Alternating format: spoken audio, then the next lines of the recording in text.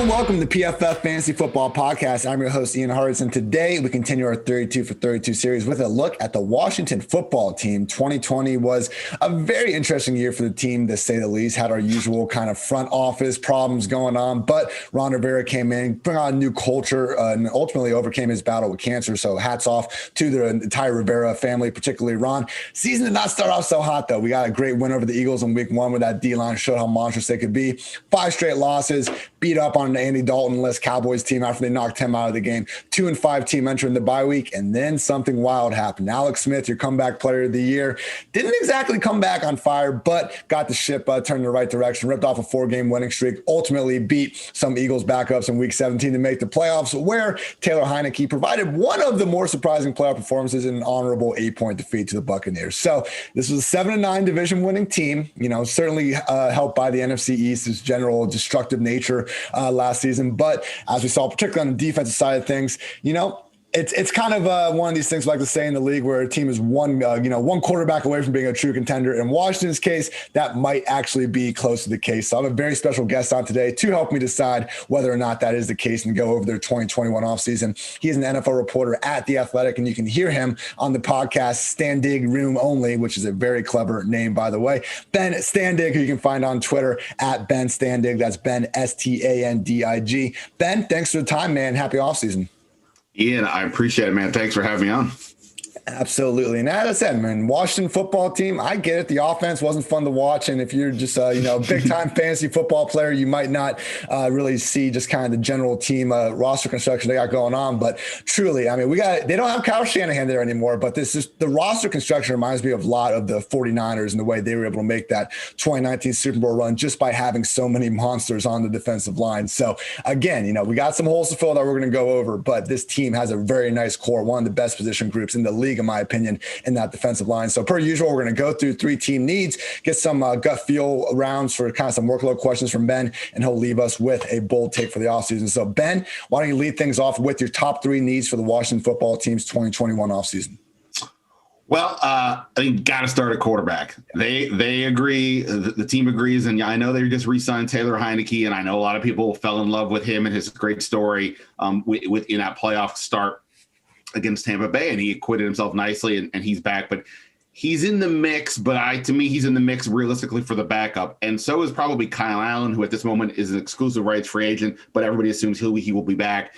I think Alex Smith is the wild card. I would have guessed he's not back from a combination of won't get all the nitty gritty, but the salary, how much they can get in cap relief by releasing him. And obviously, how do you rely on him over the course of a season with his leg situation? And while he was inspiring and a really great leader, the play to play, the stats you kind of mentioned weren't crushing. So I think there's still this idea that they're going to get somebody else. Here's the problem. Who? Because they made a play for Matthew Stafford, and to me that wasn't just simply a case of, well, Stafford's really good. It's at this moment, all the Deshaun Watson and Russell Wilson stuff, until they're available, who knows? Even Sam Darnold, we don't know definitively. Stafford was clearly, he had the high, forget that he's good, he had the highest floor. You knew what you were getting. Everybody else is a total wild card. So to me, and also they picked 19th in the first round, so it's possible the top 5 quarterbacks are all off the board by then. So yes, you could always trade up, but who knows? So to me, I think at quarterback is the big question. For what it's worth, I would personally at this point go for the upside guys, which would be some combination of Jameis Winston, Marcus Mariota, Mitch Trubisky. I don't think Winston gets out of New Orleans, but I would look for those guys as opposed to, say, the Tyrod Taylor, Andy Dalton. I kind of know what they are, and it's fine, but I think they need to go for a big swing and go there. After that, I think defensively, linebacker is the biggest issue. You mentioned how the defensive line and all the studs they have there. I mean, they started 4 first-round picks last year on the line. The guy who was their leading sacker in 2019, Matt Ioannidis, was out most of last year because of a pectoral injury. Now he comes back. You have Tim Settle. It's a really strong group. But the group behind them, a linebacker, you could argue they need 3 new starters, probably 2. I mean, Cole Holcomb, going into his 3rd year, I think continues to show some good things. He's got a lot of speed. John Bostic was their leading tackler. and he plays every down. I think he's very overused in that spot. I think ideally he pulls back. They, like a lot of teams, they're using a lot of nickel situations, so it's only 2 linebackers out there a lot. But I think they need another one. Ron Rivera had Luke Kuechly at Carolina. It wouldn't surprise me if they do shore up the quarterback situation in free agency, that at the 19th pick, a linebacker becomes a very popular mock draft situation at a minimum. After that, I guess I would probably go with wide receiver. You've got Terry McLaurin, who's obviously, a stud there. And, you've got some interesting guys in Cam Sims, who was the leading receiver in the playoff loss. Antonio Gandy-Golden was their 4th-round pick a year ago out of Liberty, basically had a redshirt year because of injuries and other things. They need more there. The good thing is this is a really good year to get receiver help. Free agency is loaded, and this draft is loaded. We can debate which way they should go on that, and I wrote about that actually today on The Athletic, sort of how do you factor in the cost of spending in free agency or not, and actually would top-end free agent wide receivers actually consider a place like Washington if their quarterback situation is so murky. Anyway, you can read that if you want. But those would be, I think, my top 3. There's some other ones you could get into, but those would probably be my top 3. Yeah, it's always tough to kind of make that debate with the wide receiver, if they'll come to a bad situation versus more money. Obviously, Amari Cooper took less money to go to the Cowboys versus coming to Washington a couple off seasons ago. But, you would imagine there certainly is a right number for most guys out there. I had in my notes, Terry McLaurin, objectively a stud. We're on the same wavelength there. But, yeah, let's get another legit number 2 receiver. And if it is Cam Sims still involved, that's okay. I thought he was very underrated when it came to his ability after the catch. But we just need to put more resources in here. Right now, only the Lions, Steelers, Colts, and Jaguars have fewer $20-21 devoted to the wide receiver room. I mean, it's nothing against Terry McLaurin. He's great, but we just got to add some sort of resource to try to complement him. And they have in recent offseason, just hasn't been successful. It seems like now though the clock is ticking because the Paul Richardson contract didn't work out. Again, they tried to sign Cooper. I'm not saying that they haven't, made an effort in past years, but those haven't worked out. And now, regardless of who's going to be your quarterback, you got to try to set them up with some level of success. Yeah, so it's interesting. Like obviously wide receivers get a lot of attention, and they, they're very flashy and all that stuff.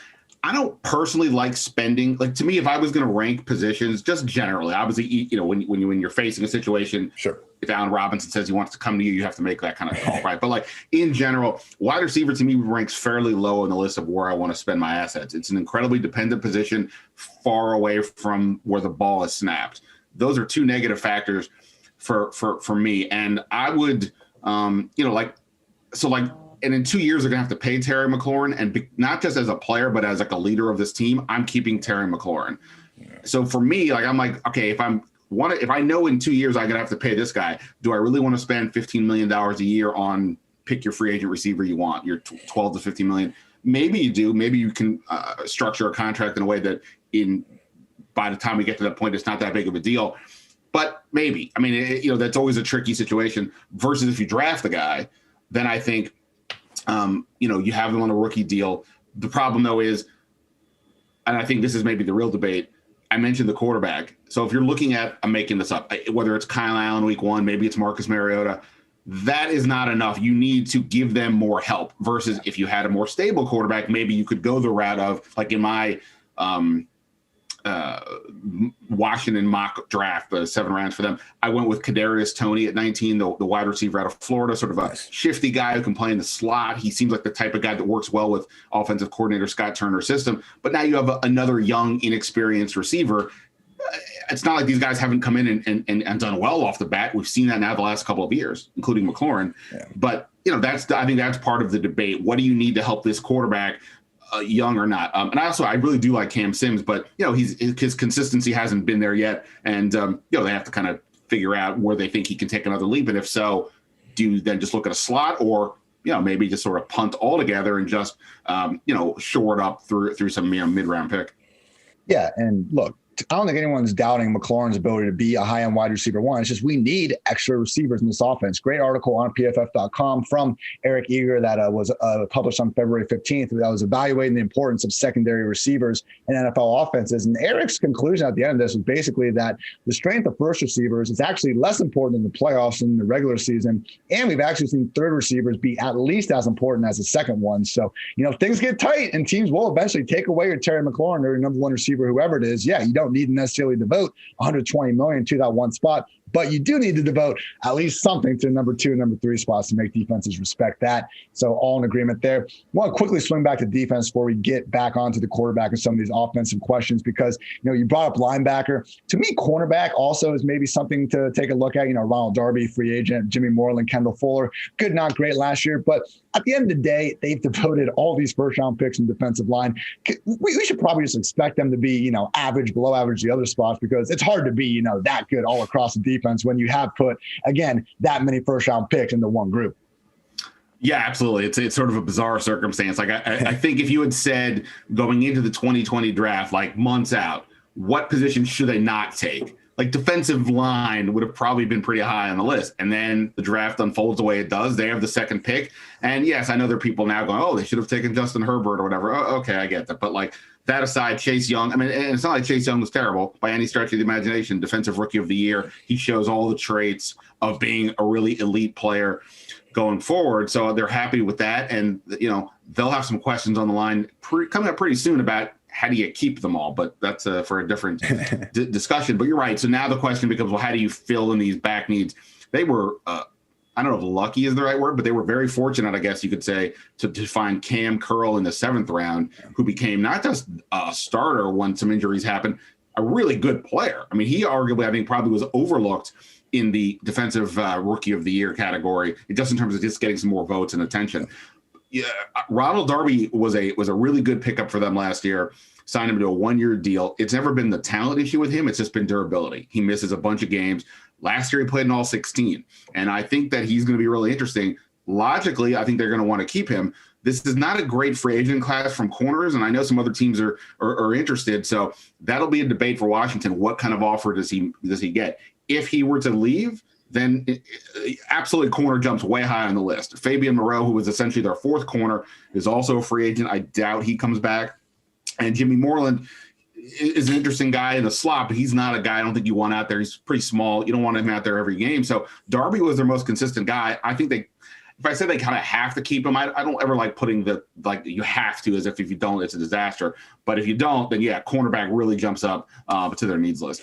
Yeah, Ronald Darby, PFF's 14th highest graded cornerback last year. No interceptions, but I mean, hey, when they're not throwing the ball your way, that's a win for the defense anytime. And yeah, to your point, he did miss at least 5 games from 2017 and 2019. So maybe they get him, on a shorter 1 year, give him a good chunk of change, stay healthy, get a longer term deal after that. We shall see. Let's move on to the offense. We're going to go through some just workload related 2021 questions here. Now, we are recording this on February 17th, so Ben cannot predict the future, but with the best of, not yet. Yeah, exactly. With the best that we know right now, we'll get your thoughts on these. Starts off with the quarterback room. You alluded to this, and I was going to ask about if he could actually be a cap casualty, because you're looking at the cap savings, man. Potentially $15 million in 2021, $21 million in 2022 with that pre-June 1 cut.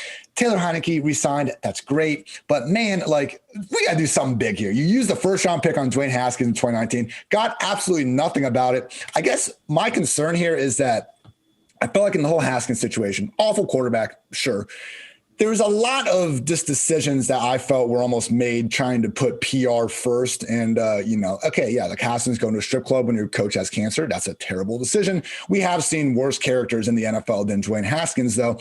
And is cutting Alex Smith realistic with all this stuff? Because, yeah, man, he was a bad quarterback last year. Great story. We all agree that he won the comeback player of the year. He should have. Can we really be confident they're going to do the right football thing and cut him, though? Because, again, this would probably be something that wouldn't be giving them the best, PR just segment on the news. And I feel like they have been kind of letting that influence their decision-making. Am I wrong here? A little bit. I don't know if you're wrong. I don't think Ron. I think Ron Rivera is very media savvy, and I think he understands perception is important for sure. On the Alex Smith front, look, obviously, like you said, it's an amazing story. But I think to some degree with Washington, they have done it all the right way with him to this point. He's gotten an insane amount of attention all the way up to a 60 Minutes interview, comeback player of the year. That ESPN documentary, obviously, that sort of kicked things off, was just, really tough to watch and to see what he did. And he did have some really good games this year. I mean, you go back and we'll look at the games against Detroit. They had a big comeback. They lost in the end, but he really was putting up good numbers when they beat Pittsburgh to give the Steelers their first loss. He was really good. I think the issue became, for me, late in the season. He suffers what was described initially as a calf injury. Then later we hear it's a bone bruise. and that knocked him out of 3 of the last 4 games, including the playoff game. And that to me is the issue. Like, it's not just even the money on some level. A player that you perceive as your starting quarterback needs to be available for 16 games. And obviously injuries happen. Nobody would predict that Dak Prescott, goes out the way he did. But just in general, that you have to do this. In 2 of the last 3 years, Washington has had a season where they started 4 different quarterbacks. The first time that happened was Jay Gruden, not Ron Rivera, but nonetheless, like, they have, since Kirk Cousins left, on some level, that's been the biggest issue. Any consistency with the position. So I think they would like to figure that out. But again, the options aren't so great. I think ultimately they do move on from Alex Smith, and also in part of it from the business perspective. Washington has about the 5th or 6th most cap space right now, as we're talking. The only move they really have of any realistic way to get more is releasing Alex Smith. I looked down the list, and I wrote about this today on the Athletic, is that the next guy that you could even consider releasing would be like John Bostic, and that saves you like $2.6 million. Alex Smith is roughly over $14 million. So if you want him to have any real extra savings, it's moving on from him. And then even if you did pick whoever else you want, or trade for somebody, like, the money that they're going to get at worst would be come in line with where you were with Alex Smith. Yeah. And and probably more of a long-term deal, and probably, like I said, a steadier option. So I think Alex Smith, though, is such a great leader in the locker room, and Ron Rivera covets that. So that would be the one question I would have. But ultimately, if you make me guess, I just don't think he's part of the depth chart next year. Yeah, and again, I mean, every time anyone's going to bring up Alex Smith, it's going to be, followed by great story and, fantastic job by him. Certainly do feel like if they do, release him, it's going to come off as, we've mutually agreed to part ways. There's no bad feelings here. Quickly, here are the quarterbacks drafted by Washington since 2000. Dwayne Haskins, Nate Sudfeld, Robert Griffin, Kirk Cousins, Colt Brennan, Jordan Palmer, Jason Campbell, Gibran Hamden, I did not make that up, Patrick Ramsey, Sage Rosenfels, and Todd Husak. Look, man, I mean, we just need something to happen here. Some pick to go right, some free agent signing to work out, because really it's been, and we could even go back before 2000, just decades worth of misses here. So hopefully they get this figured out. Maybe Heineke's it, maybe not. Maybe they sign someone. We will see. I like a call about Jameis Mariota. Let's at least find someone that has some upside, not one of these proven commodities.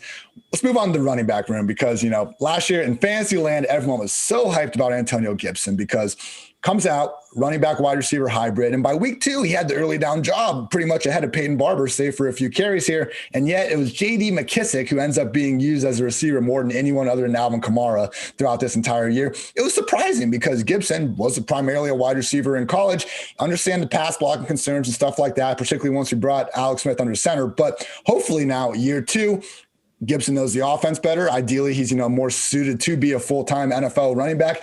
McKissick, he's probably going to be back, though. Do you see Gibson being a true 3-down workhorse in 2021, or are fantasy managers going to continue to be annoyed about how involved McKissick is in the offense?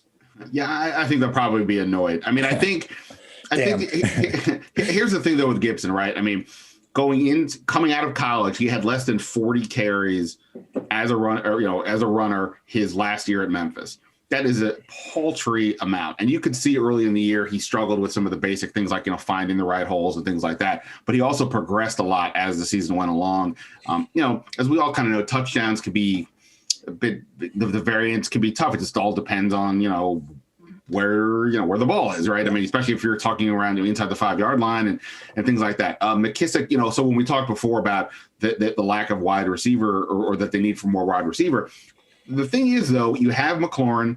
Logan Thomas was a big find last year at tight end, but McKissick and Gibson are 2 former receivers who now play running back, and they give you a lot in the passing game. So, I was surprised maybe to a degree that they didn't play 2 back sets, in that they talked in preseason about the idea of, okay, so we have Gibson or even just with one of them, like you have Gibson and McKissick out there. Defenses now have to make a decision. Are we pulling 3 linebackers, or are we going with the nickel? So if you go with the nickel, go with the run. If you go with the standard base, you go with you have them going to move outside and into a receiver route. And I think maybe we see more of that. Obviously, this was a weird year because of the pandemic and lack of practice, preseason work, and things like that. But yeah, I think McKissic is here to stay. I think he's going to be a factor. But at the same time, I think Gibson could easily jack up his yardage total because he's not going to be coming in as green or raw as he was as a runner. So I think there's optimism there. And plus, like, the left side of their offensive line was pretty questionable up until about the halfway point of the year. Once Cornelius Lucas and Wes Schweitzer came in at tackle and guard, things settled down, which isn't to say those guys are, for old football Washington fans, Joe Jacoby or Russ Grimm. It just goes to show, like, having even just sort of steady presence help. And if they actually spend that first round pick or say on a left tackle or do something, maybe it even gets better, which is only going to help the running game out. And look, Gibson, 206 touches in 14 games. And again, it kind of took a while for him to even get really in tune with the offense. I guess, just the expectation was when we had Ronover and we had Kyle Allen for at least for, part of the season starting, it was like, could we actually be getting a DC version of Christian McCaffrey? Antonio Gibson wasn't quite the way it worked out. I guess my last question here at the running back room, I get it. McKissic's going to be there. We can live with 2 back committees in fantasy. That's when things go to 3 or 4 that it really gets problematic. What the Patriots have been doing for years. Peyton Barber, is he going to be back in 2021? And if not, could you see Bryce Love finally, if he's healthy, making this more of a 3-back committee? Or are we probably just going to be looking at Gibson and McKissic? Barber was incredibly efficient on the 3rd and 1 and 4th and 1s. Anything else? No. And I think fortunately for them, they recognized that early enough and moved away from that. Like, I never really bought in. Anybody who pays attention recognizes his yards per carry has gone down every year of his career. But when he basically became the poor man's Adrian Peterson, a veteran presence to help with these younger guys once they moved on from Peterson, which I thought was the right move in the moment. And obviously I think proved to be. So I can easily see him back in that role if all parts are willing. The Bryce Love thing, though, is a complete, it's a medical question. He's just simply not been able to stay healthy on that knee that he hurt in his last game at Stanford. And there were a couple moments in the training camp where he looked okay, but obviously it just didn't work. If he's able to be healthy, then I could imagine maybe he kind of emerges in the Peyton Barber role at a minimum and could be interesting. As it stands here, until we have a much clearer view of his health going into, I don't know if we'll have OTAs or whatever, but like going into some type of practice time, it's just hard to predict where he'll be. So I think, if you're in some crazy league where you're drafting now, I think you're good drafting Gibson and McKissic and not worrying about anybody else.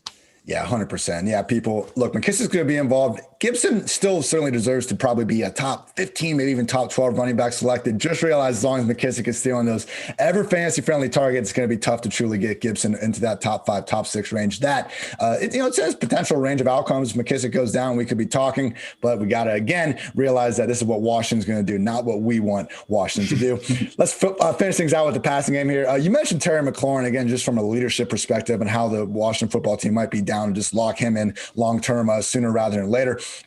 Look, 919 yards and 7 touchdowns in 14 games as a rookie, 1,100 yards and 4 touchdowns in 2020. I'm already calling him kind of like this generation's Allen Robinson, who is his generation's Andre Johnson of, can we get this guy a freaking legit quarterback? But regardless of that, it sounds like Washington is fully committed to McLaurin as a number 1 receiver, even though you could argue, I guess, that he's kind of been the only guy to throw the ball to. We all know he's great, and it seems like Washington particularly values what he's brought into the locker room.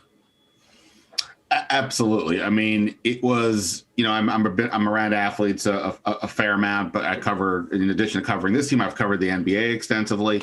And, you talk to guys and, people are people. But once in a while you come across somebody and you start talking to them and you're like, whoa, what is going on here? There's like another level of person here. There's something going on here from like a maturity level. And he was older than your average rookie, but he came in and you could just tell there was more happening. And, you go back to when he was going into the draft, people were talking about him as his special teams work. When Washington drafted him in the 3rd round, that was like the way he was being discussed. Like he would be more of a contributor on special teams initially, not even as a returner, like just on special teams, because he is just that dynamic in that case. And then quickly he became much more than that. And it wasn't just that he has great speed, which he does. His route running is really precise. And then once he started getting in the locker room, he is the classic type of guy, hard worker, is coachable.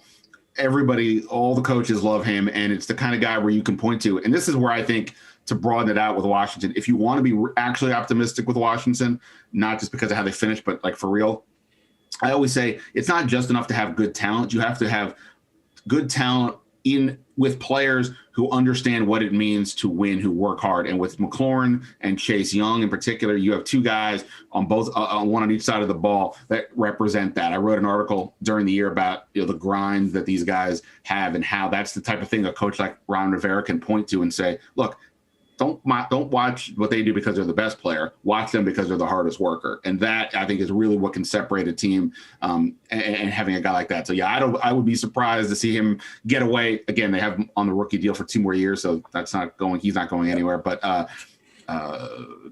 yeah, he's exactly the type of guy you want to build around. And now, yes, like you said, it would be good to imagine what he could do with steadier QB play.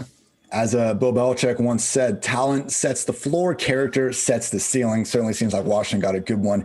And Terry McLaurin. Yeah, man, look, I'm Columbus, Ohio lifer, diehard Buckeyes fan. Like, I knew McLaurin was good from watching him there, but especially those Urban Meyer offenses, like we saw Michael Thomas not kind of get this type of hype that obviously he deserved coming out. Like, it wasn't that McLaurin couldn't do these things that we've now seen unfold as play in Washington. He just wasn't asked to. Great to see that, put him against professional athletes. The guy somehow gets better as a true receiver.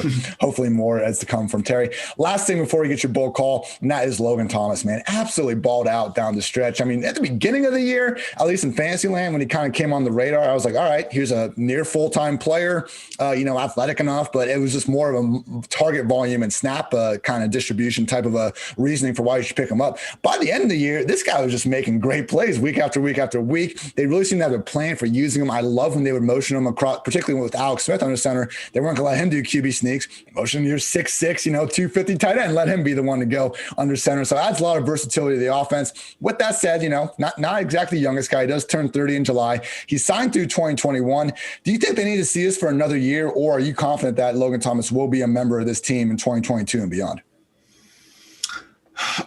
Well, I guess it's like with anything, right? It's just, it depends if he becomes a free agent, then, where is he? Is he an Austin Hooper situation where somebody just throws some big money at him and all that? So that part's hard to tell, but yeah, I mean, he really was a big surprise to me. Excuse me. He, I wasn't expecting much. To me, I constantly going into the season kept saying tight end is a big question mark. Logan Thomas was a backup, not the starter. But they didn't have a starter, so therefore he was.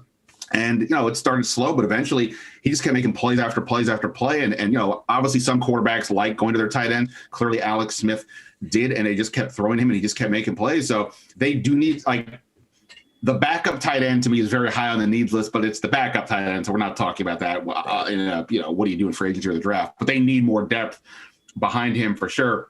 But he improved as a blocker as well. So, I guess you could say, sure, it's only been essentially, that was only his one real year as a tight end, so let's see what happens next. But, just in general, another one of these guys, worked hard, did the right things, and there's a lot of reason to be optimistic about him. If we're talking fantasy, I'm not quite sure where he would rank among guys, but he was productive.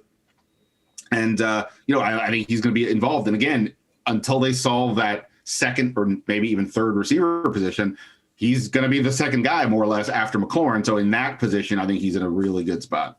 Yeah, I mean, the 110 targets, okay, if they add someone legit at receiver, it makes sense if he doesn't quite see that many again. But, I mean, this is one of the few tight ends where he legit never was leaving the field. I mean, he played basically in the last, 2 months of the year. He was playing almost every snap, every game. And again, part of that was they just had nothing behind him of any real note, but also it was just hard to take him off the field. And he also gave him, they did some, Scott Turner, the offensive coordinator, was doing some aggressive sort of trickery kind of plays. And Logan Thomas was often in that, a former college quarterback, took some direct snaps. He was a factor in those ways as well. So I think they like his versatility. And in that way, no, he's not going to be part of the QB competition, even though I think some people would say, hey, why not? That'd be kind of fun. God, yeah. The Logan Thomas used to play QB has become the new, Chris Hogan used to play lacrosse thing as far as NFL commentators go. Chris Hogan does play lacrosse now. Now he does. So now it's all coming back full circle for sure. Unreal. Freaking Chris Hogan. All right, Ben. Fantastic stuff. Do you have a bold offseason free agency draft, or do you need a 2021 workload bold take you'd like to give us before you get out of here? Well, if we had done this before the Stafford thing all went down, I would have said they would have made a big push for Stafford. I was saying that, because it just made sense to me that they would. I don't know. I'm trying to think. None of these quarterback situations are that bold to me. I guess for everybody who keeps thinking Washington will take a quarterback in the first round, I guess maybe my bold prediction is I don't think they will. I think they figure something out before free agency and then go in, because they do like Kyle Allen and Taylor Heineke, regardless of what anybody else kind of thinks of them. They do like them, and I kind of imagine maybe they view them as some sort of the upside hope and see. So factor in that the board is, it feels like even Mac Jones might not be there at 19.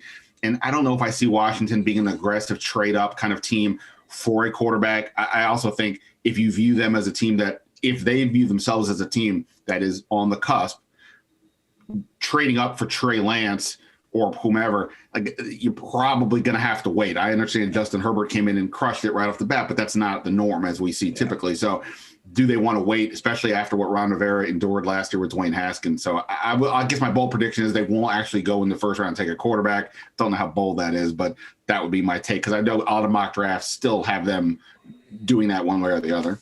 Yeah, if they're not taking a quarterback in the first round, they're trading that pick for another quarterback. So might not be what fans out there want to hear, but it could unfortunately be another season of less than stellar quarterback player. Maybe we'll be surprised.